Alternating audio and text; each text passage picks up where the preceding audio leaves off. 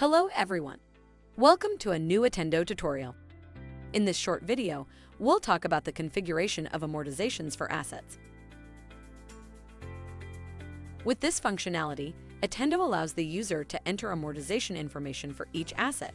It is important to remember that assets are goods owned by a company, and the amortization is the depreciation or reduction of the asset value over time.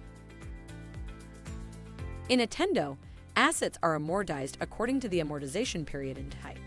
For this, amortization lines are configured and generated in the Assets window as shown here.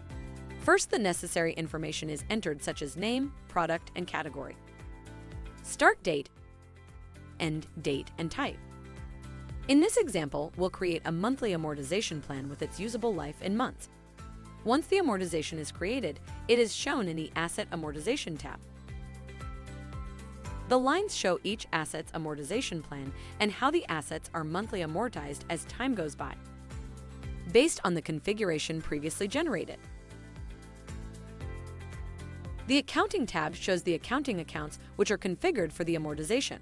In the information provided, you will see the configured account to which the asset's accounting will be recorded as it is depreciated. Finally, the amortization window shows the assets accounting which you can process to post the asset depreciation. The amortization window groups all the depreciations that correspond to the assets for that month.